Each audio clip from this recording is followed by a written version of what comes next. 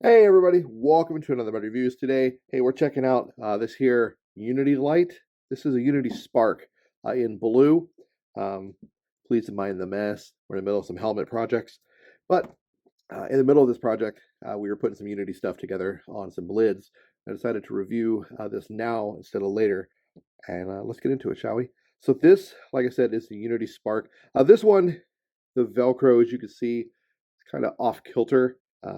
I guess in the process of putting it together, it just kind of got all a little cattywampus, so it's not quite aligned perfectly. Um, is what it is. Just kind of happens sometimes. The other spark we have is on this lid. This is a good idea of and a good indication of how you could run one of these. It's not like that. So shit happens.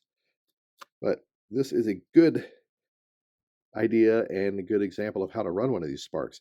So the spark is a personal marking light. It's very simple, silicone based infused light. It's basically like a cool little chipset in there with an LED diode.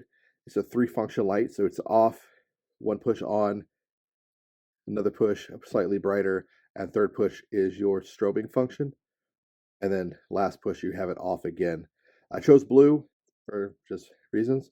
And these are dust and water resistant because they're fully encased in like this plastic glucose. And that's pretty neat.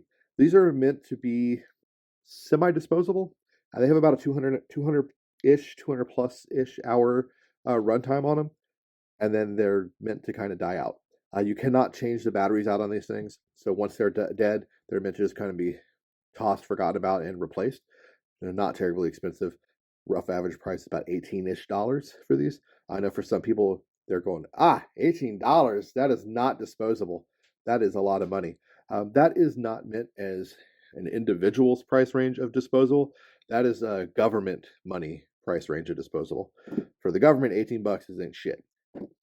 To give you an idea of where this guy comes into market and to play, this is not a real one. This is a replica. It's an E-Lite. It's a replica of the S&S Precision V-Lite. V-Lites are pretty cool. They are the same basic kind of idea and concept. This one's also blue. One push on, strobing.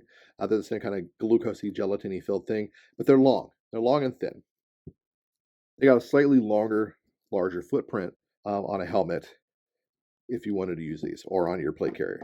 So for me, if I wanted to run this, I have to have a longer footprint area on my lid for that, which is not terrible, but still, if I don't have a lot of excess space, I need more for this than I do for the Unity. So the Unity has a much smaller footprint, and that does make it kind of a little more desirable for some agencies and for some people. When you get this Unity in, you'll get it in this little packaging like this. Got your little inside here, well, Unity Spark, personal identification light. It will come with your Unity Spark. It will come with a small patch of loop Velcro that is sticker backed. Stick this on your lid, like I did here, and you can go from there and do what you got to do. On this one, as you can see, we do have this S&S Precision strobe and then the Unity right behind it. If you're kind of curious about this strobe, this is a replica. I'll put the card up for the review I've already done if you want to see that. And we'll put a card up for the review of this if you want to see that too. Pretty cool little thing. I do like it. It's lightweight.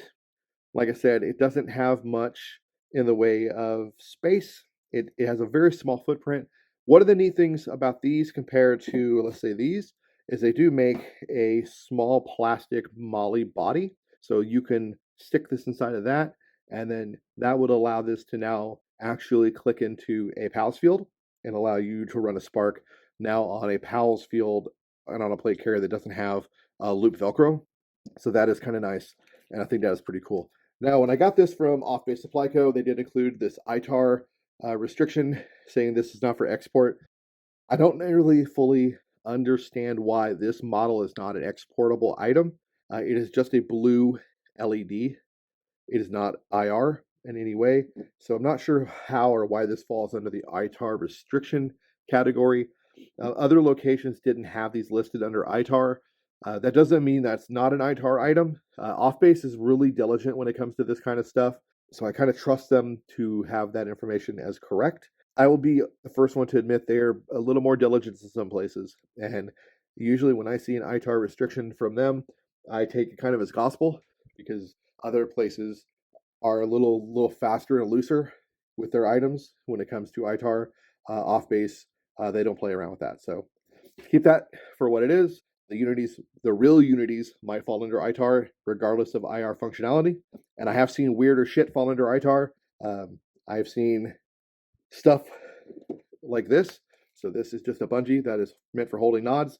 I've seen bungees for night vision goggles fall under ITAR regulation because they are meant to be an accessory for night vision. So take that for what it is. Anyway, I'm getting off on a tangent.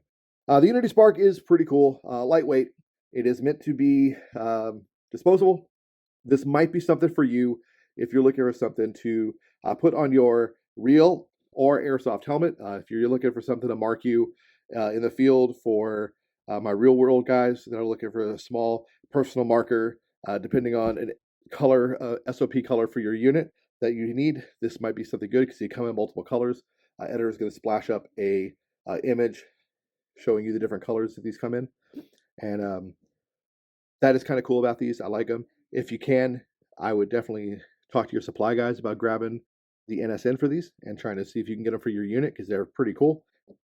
If there's a personal thing, I think these are great because you can get them.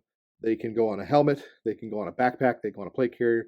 You could throw them in a small little emergency kit. And they're just a great way of marking yourself if you're lost, hurt, whatever. For my BB warriors like me, these are fantastic for marking your helmet to say, hey, bro, look at me. Don't shoot me with all those little plastic balls because I'm your friend and I don't want to get stitched up by you.